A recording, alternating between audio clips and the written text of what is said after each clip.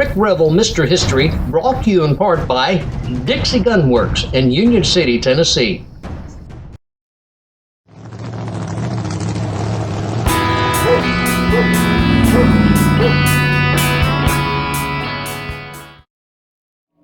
Then a movement in the woods. The sun hadn't come up yet. It was hard to make out what I'd seen at first.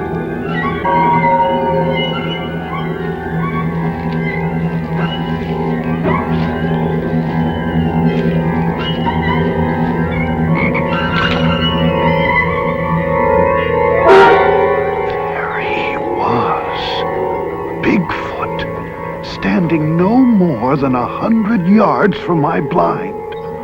I began to shake all over. I could barely keep hold of my camera.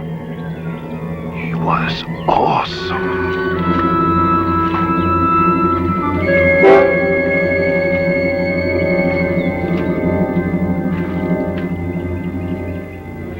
Then, behind me, another one, smaller, possibly younger.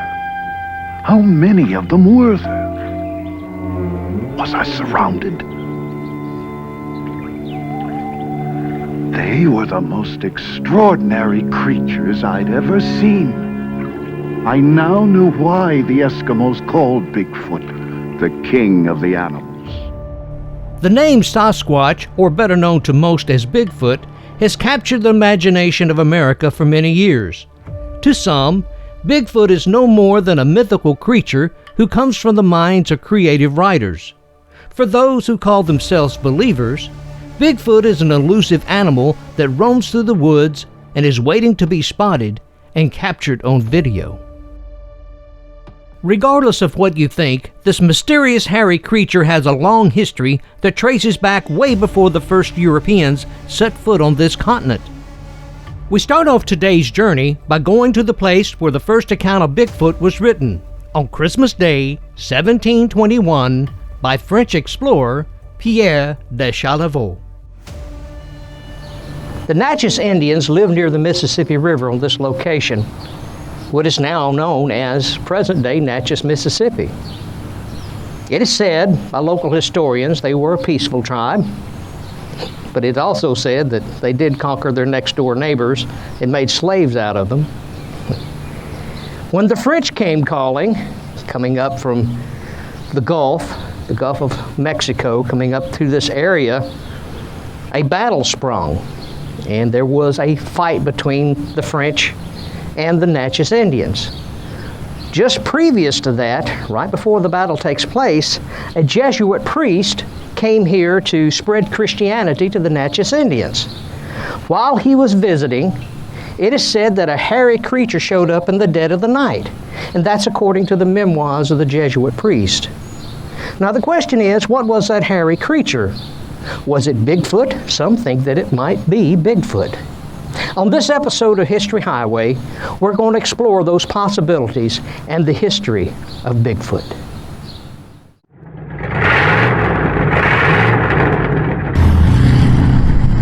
One, two, three. We're gonna drive in every day, and somewhere along the way, there's a road sign with a story from the past. History is everywhere, and I'm gonna take you there. So buckle up tight, we're going there real fast. So take a ride down the history highway. We're headed right to the days of old. So take a ride down the history highway. I got the pedal to the metal and I'm letting this Chevy roll.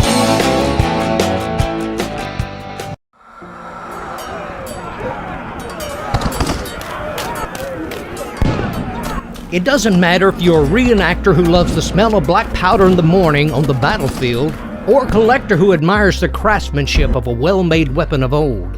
Dixie Gun Works has a Pedersoli just for you. And not only does Dixie Gun Works have a warehouse full of Pedersoli reproduction firearms, they have an incredible collection of antique firearms. Inside the pages of their huge catalog, you will find gun parts, shooting accessories, reenactor clothing, camping supplies, and even some big guns if you like to burn a lot of powder. Dixie Gun Works is located in Union City, Tennessee. But for your convenience, visit our online store at www.dixiegunworks.com or call 1-800-238-6785.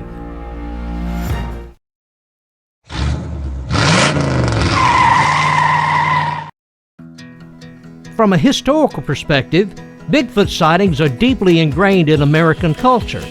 So much so, it has become an annual celebration in Natchez, Mississippi, to commemorate the first written account by Pierre de Chalaveau. The brainchild of two radio personalities, Brandon McCrane and Jimmy Allgood, the event has generated much interest from regional news outlets. Titled the Bigfoot Birthday Bash, this November's shindig has become a grand success. Bigfoot believers from all across the globe come to this Mississippi River town to celebrate the occasion. Even some, who claim they have seen the hairy creature, attend the event so they can tell their personal stories. With so many sightings taking place in the United States over the years, Bigfoot celebrations have popped up from coast to coast. This leads us to a very important question. If the first written account took place in Natchez, Mississippi, how many more were documented afterwards? The exact number is not available, but here are a few examples. Indigenous tribes all across America reported sightings of hairy man-like creatures. Petroglyphs at a site known as Painted Rock shows what possibly could be a whole family of shaggy beings. The crude artwork is estimated to be over 1,000 years old, which tells us that Native Americans have possibly coexisted with man-like creatures many years before the first Europeans arrived. Although my research continues, the gap between the first recorded sighting in 1721 and the next in 1811 is very wide.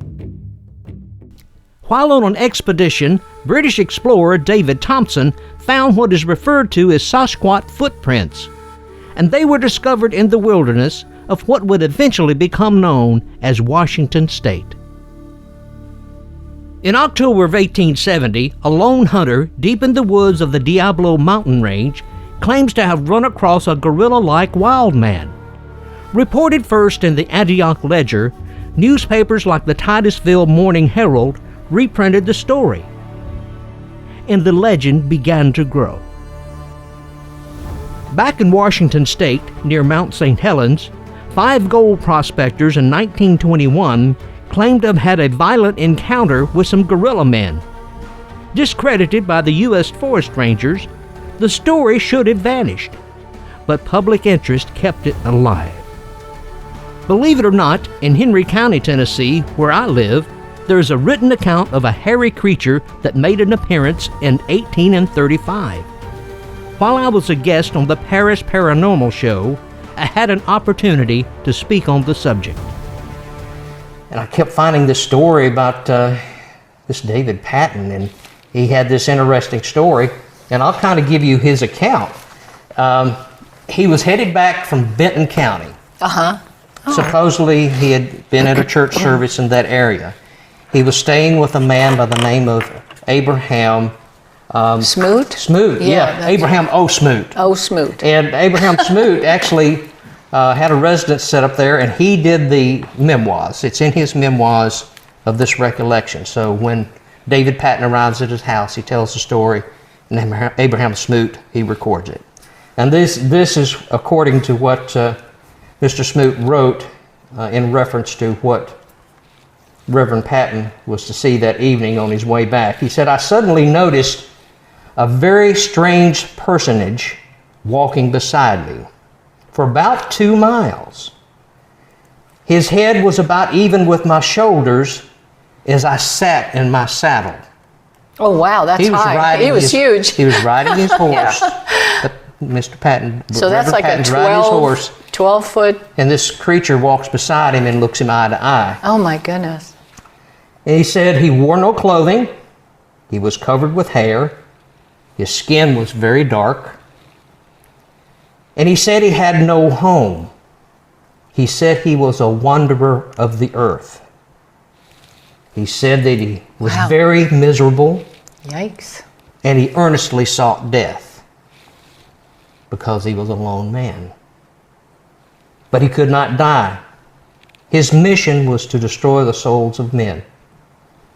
And David Patton took this as him charging forward, moving forward, that this was something he's just going to have to face.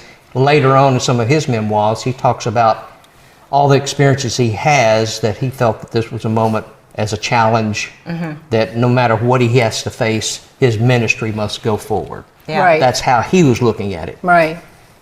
As explanation began to filter through who was this man, it is also said that he called his name out, that I am Cain. Ah, he called himself Cain. And so This big hairy man. So Patton at this time begins to question, look back at the Bible, Cain and Abel. and he finds Right. that Cain was, once he killed his brother, what happened? He was cast out. He was cast out. And what was his body description? He was A hairy man. A hairy He was man. very hairy, That's wasn't he? Wow. biblical. He was very hairy. That's why so many So we people could talk about actually- the connection of Yeah. Bigfoot in the Bible. Now, Yeah. is this connection, Cain and Bigfoot? The Mormon Church is always asked, is this doctrine? Is this something that the Mormon Church recognizes as part of their doctrine? That's a no. Yeah, probably not. yeah. That's a no. But is it in their archives? Yes. Oh, okay. It's in their archives. So it's And documented. there's multiple incidents. Uh-huh. Not only Patton, but even Wesley, which is His son. Joseph Smith. Oh, yeah, Joseph. Joseph Smith was a prophet of the church. His son Wesley Smith was in Hawaii on a mission trip. This is before Hawaii was a vacation place. So it was really I'm a mission field at the time. He wasn't there for the fun of it. It was really a mission field because they would hand you your head back, and it was kind of not a nice place. The Polynesians would mess you up if you didn't treat them right. But anyway, he said a man came through the door. He was tall enough that he had to stoop to enter. Now, this is Wesley Smith describing. His eyes were protruding, and he looked very wild, had long fingernails that were very thick. He presented a rather unkempt appearance and wore no clothing at all. Then suddenly appeared in his right hand a light that was the size of a dagger. A voice said, "This is your priesthood." He commanded the person in the name of Lord Jesus to depart. This is Wesley speaking back to the creature. He wanted this creature to depart. Immediately the light appeared, the person stopped, or disappeared, the person stopped when he was commanded to leave, and he backed out the doorway.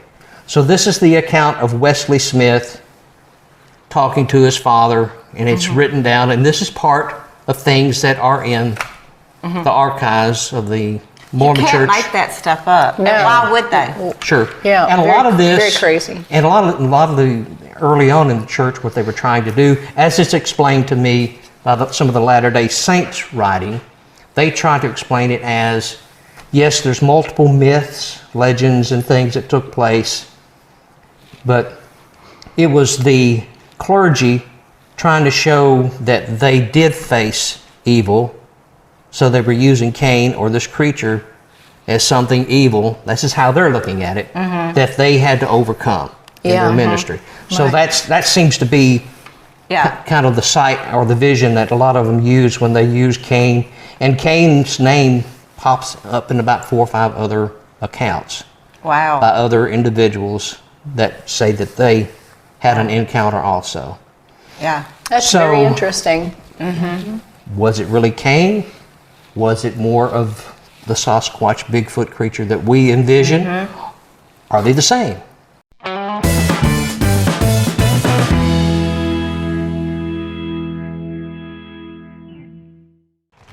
The war between the states was the most devastating period in American history without a doubt. And during the Reconstruction years that followed, even more senseless pain and suffering was inflicted upon the South. From the pens of the Kennedy twins, who authored The South Was Right, comes a new book titled Reconstruction: Destroying a Republic and Creating an Empire. Within the cover of this 550-page masterpiece are 32 chapters with over 1,200 footnotes of documentation proving that 15 southern states were forced into a torture chamber known as Reconstruction. Existing to this very day, modern-era Reconstruction continues to affect everyone, regardless of the color of their skin, in one way or the other. To get your copy of this must-read book, go to www.kennedytwins.com. That's www.kennedytwins.com. Looking for a place to go? The Alabama Music Hall of Fame should be the next place on your bucket list.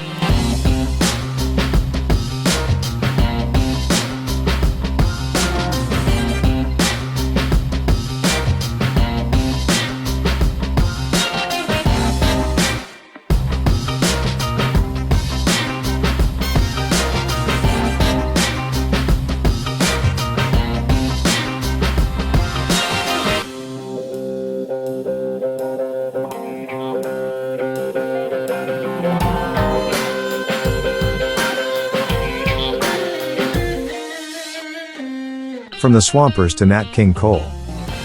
From country music to the blues. There are music legends everywhere. The Alabama Music Hall of Fame is at 617 Highway 72 West, Tuscumbia, Alabama. The Alabama Music Hall of Fame, where the legends live. Dear friends, as an author and living historian, I travel this great country, and every time I see a church steeple and see the cross, I'm reminded that this nation was founded on strong, firm Christian principles. I've written a series of books, this one being In My Father's House, and they are available at Amazon.com. David Chaltis. Get your copy today at Amazon.com. We're here today in Chapel Hill, Tennessee at the Forest Boyhood Home. And I'm here with my good friend Gene Andrews and Mr. Rich Garcia. And we would like to invite you to come see this beautiful historic place and walk back in time.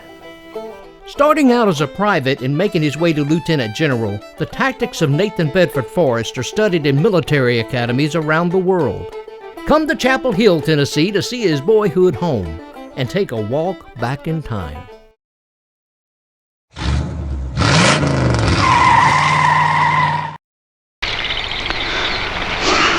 Well, it all began for me in March of 1957 when I was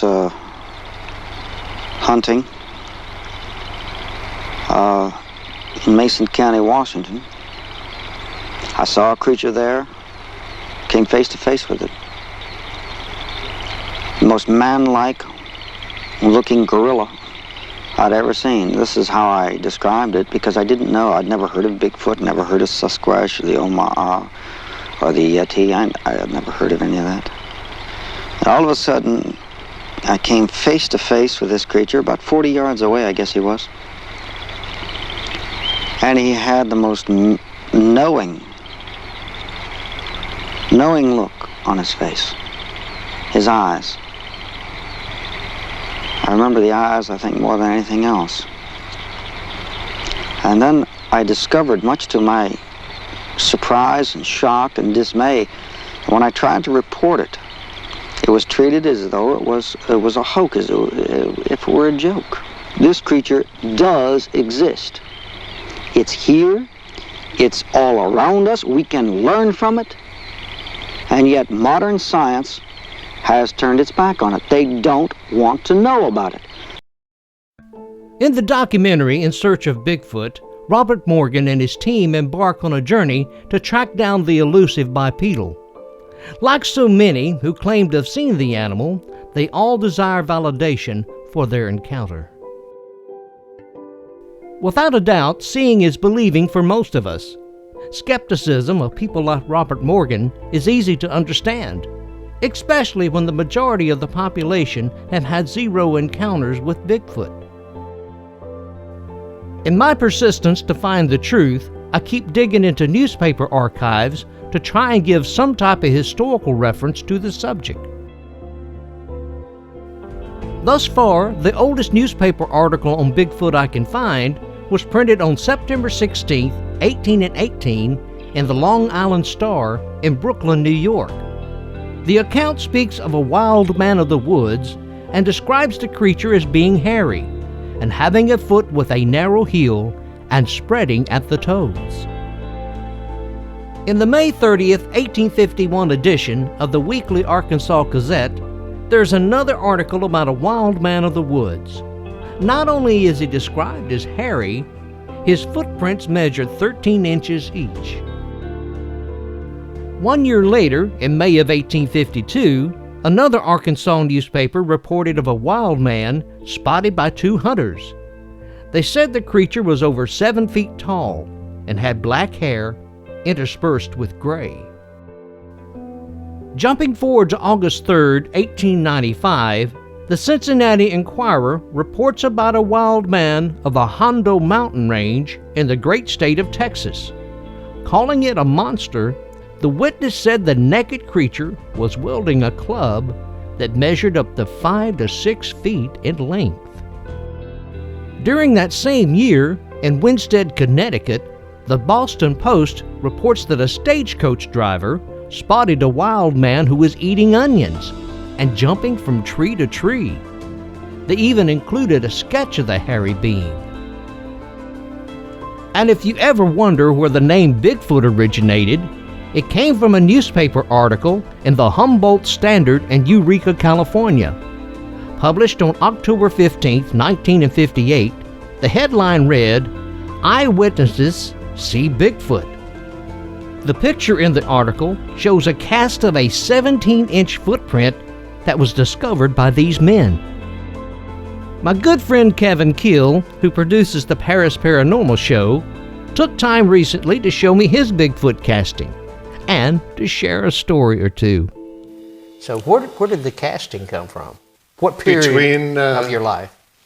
After we met George McGee, my buddy, and Tim, I decided to start another group. Okay. We called it the FBI, which is Florida Bigfoot Investigators. Oh, that's cool. I like that. It's still around. It's still good around. anagram. I like that. We still have a Facebook page, and we got a lot of like-minded individuals in Florida together, and we'd go out and do camping expeditions in the Green Swamp and swamps all around Central Florida. Sure. And let's see. This was just before that interview that I was talking about with Tim. We had him scheduled. I said, well, let's just go out to the Green Swamp. I think this is, from watching Tim's videos, I think this is where he went, or this area is where he goes. I just watched all his videos, and I kind of put two and two together. So George and I went out there, and I said, looking around. I'm like, man, it'd be great if we could find some footprints. And George looks down and he goes, you mean like this? And it was a trackway in the swamp, there were so many mosquitoes I had to have the handkerchief over the mouth, so I couldn't breathe them all in. Snakes, it was just horrendous. But in there was man-size, woman-size, and child-size prints, just this long trackway. Right. I'm like, oh my gosh, look what we found. Wow. So that's where we casted that. Very good. And that's got to be about a size 14, and I'm a 12. It's bigger than me. It's big. It's wide. It's a wide foot. And some of the other pictures that we have on the website, they don't look human. But that one looks kind of humanish. But Bigfoot has a lot of different types of footprints. From Yeah, from what all the different castings I've seen, they vary. So they do. So after I casted that, we brought that with us to the interview with Tim Fasano in the Cigar Factory. He saw that for the first time. What did he think of the He was very impressed. He said, this is the real deal.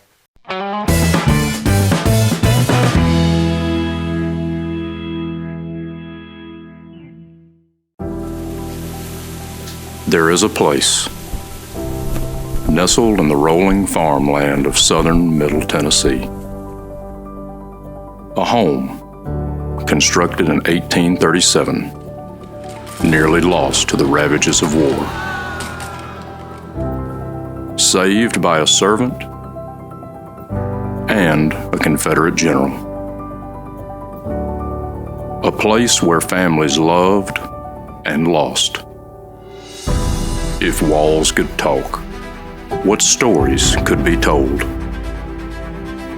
If a place, a home, can feel love, loss, pain, surely this is one of those places.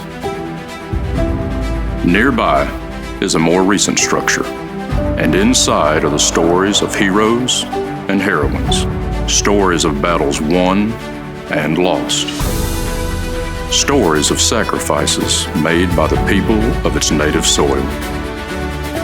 A place that will tell the true and complete story of the Southland and the war fought for its freedom. From the causes that led to the conflict to the modern-day struggles to protect Southern history.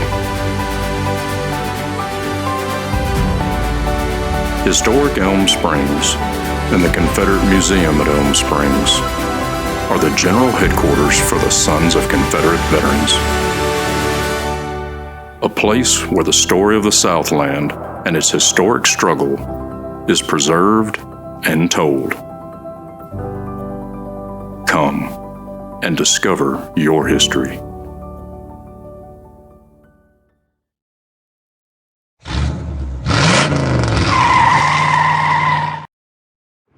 Nearly 250 years after the first documented Bigfoot sighting in Natchez, Mississippi, the Patterson-Gimlin film was released to the public.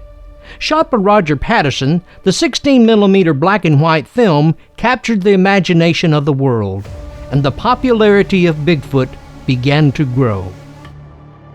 In this episode of History Highway, we have learned from a historical perspective that the hairy creature we call Bigfoot has been sighted on many occasions. On our next episode, we will visit with Martin Groves, who has written a book entitled A Trace of Death, Beast Between the Rivers.